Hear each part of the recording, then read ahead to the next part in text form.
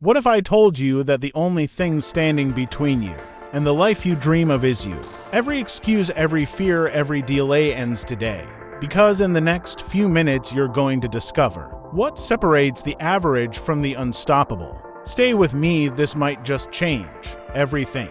Have you ever wondered why, after a spiritual awakening, your motivation just disappears? Before awakening, you might have been someone with goals, dreams, plans, and an inner fire pushing you forward. But suddenly, after you wake up, you find yourself staring at the same life, and everything feels different.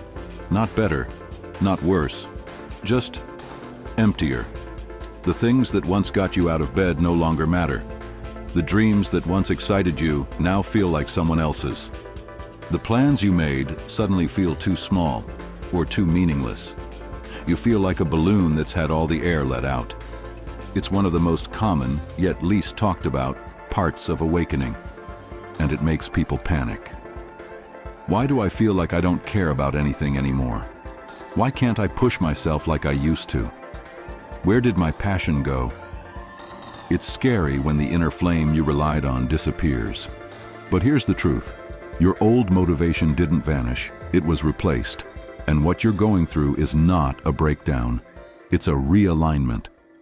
Before your awakening, much of your motivation came from the ego. That's not a judgment, it's just how we've been conditioned.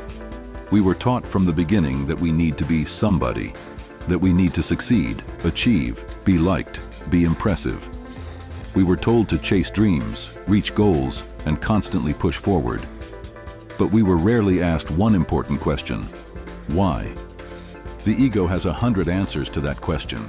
To prove yourself, to be seen, to avoid failure, to feel safe, to make people proud, to avoid shame, to be admired. The list goes on. The problem is, all of those reasons are based in fear.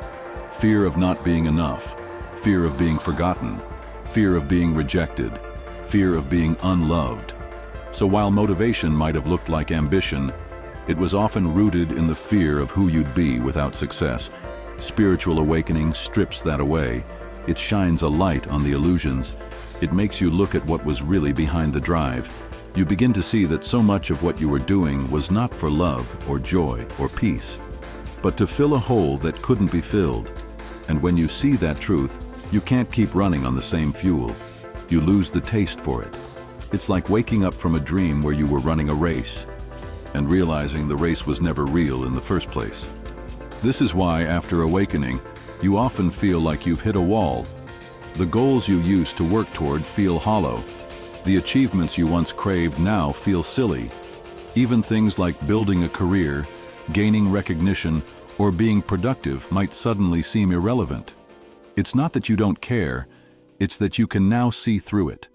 You can see that no amount of success can give you what you're really looking for: peace, love, truth, freedom.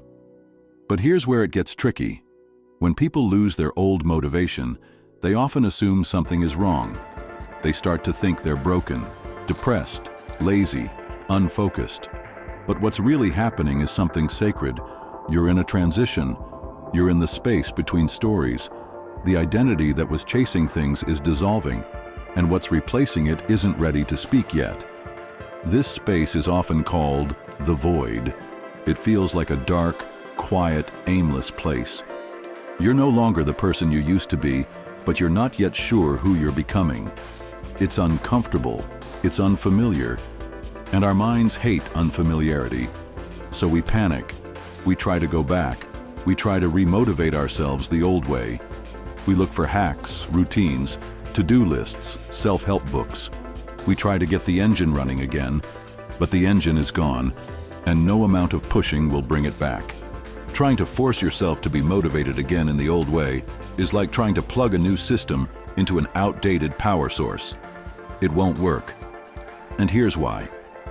Your old motivation came from separation, from thinking you were incomplete, from believing you had to become more. Awakening reveals that you are already whole, already enough, already divine. And when you truly see that, there's no longer a reason to chase anything.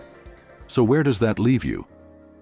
If you're not chasing, are you just stuck? Is life just empty now? Number. The emptiness you're feeling is not the absence of life. It's the absence of illusion. And when you stop clinging to the illusion, you make space for something real to emerge. But here's the part most people miss. The new motivation after awakening doesn't look like the old one. It's quieter, softer. It doesn't roar like ambition. It whispers like intuition. It's not fueled by pressure. It flows from peace. It doesn't come from force. It arises from presence.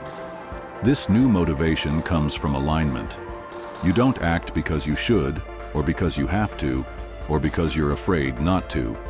You act because something inside you moves you. A quiet pull, like the tide pulling the waves. You feel called, not pushed. You feel invited, not commanded. You start to do things not to get anywhere, but because it feels true in the moment. You create not to impress, but because your soul wants to express. You help not for praise, but because love is pouring through you. You speak not to convince, but because truth wants a voice. But this kind of motivation takes time to notice. You have to get quiet. You have to slow down.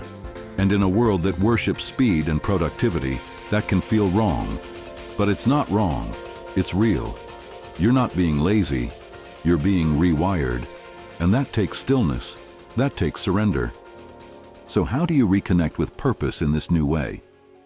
First, you stop looking out there. Your purpose is not something you find in the world. It's something that reveals itself when you stop trying to be someone. Let yourself be empty for a while. Let yourself not know. That's where the real clarity begins. Next, pay attention to what brings peace. Not excitement, not adrenaline. Peace. What calms your nervous system? What makes you breathe deeper? That's where your soul is speaking. Follow that feeling. That's your compass now. Then get curious, not in a pressure-filled way, just gently. What feels interesting? What feels good? If you weren't trying to be anyone, what would you do today? You might be surprised how simple the answer is. Maybe you'd take a walk, call a friend, write something, sing, create, cook. It doesn't have to be important. It just has to be real and be of service. Again, not in a performative way, not to be a good person, but because giving connects you to life. Helping others without needing anything back reminds you of your wholeness. It shifts your energy from lack to love, and in that love, purpose awakens. Also, stay patient. Awakening is not a straight line. There will be days when you feel deeply connected and days when you feel totally lost. That's okay. It's not about staying in a high vibration all the time. It's about being honest with where you are and letting that be enough. Even the lost days are sacred. Eventually, something beautiful happens.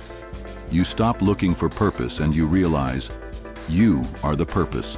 Your presence, your awareness, your being, the peace you carry, the love you radiate. That's it. That's the point. And from that state, action naturally flows. You don't force it. You don't plan it. You just follow it. One day, you wake up and realize you're doing things again, but not from pressure, from peace. You're creating again, but not for validation, for joy. You're moving again, but not to escape, to express. You're not chasing meaning anymore. You're living it. This new way of being won't make sense to the old mind. The ego will say, but what about goals? What about money? What about productivity? And those things might still matter, but in a different way. You're no longer enslaved to them. You're no longer seeking identity through them. You might still build a business or start a project or pursue a dream, but now it's not about becoming someone. It's about letting life move through you. You don't need to prove anything anymore. You don't need to achieve your way to worthiness. You are worthy now, as you are, not because of what you do, but because of who you are. So if you've lost motivation after awakening, don't panic. Don't try to fix yourself. You're not broken. You're transforming. You're being guided out of illusion and into truth. And truth doesn't scream. It whispers, it nudges, it waits. Let it find you. There will come a day when your energy returns, not the old kind, but a new kind. It's steadier, truer, kinder, and it doesn't come from fear, it comes from love. And when it does, you'll look back and realize the emptiness you feared was actually grace. It was the sacred space where your real self could finally speak.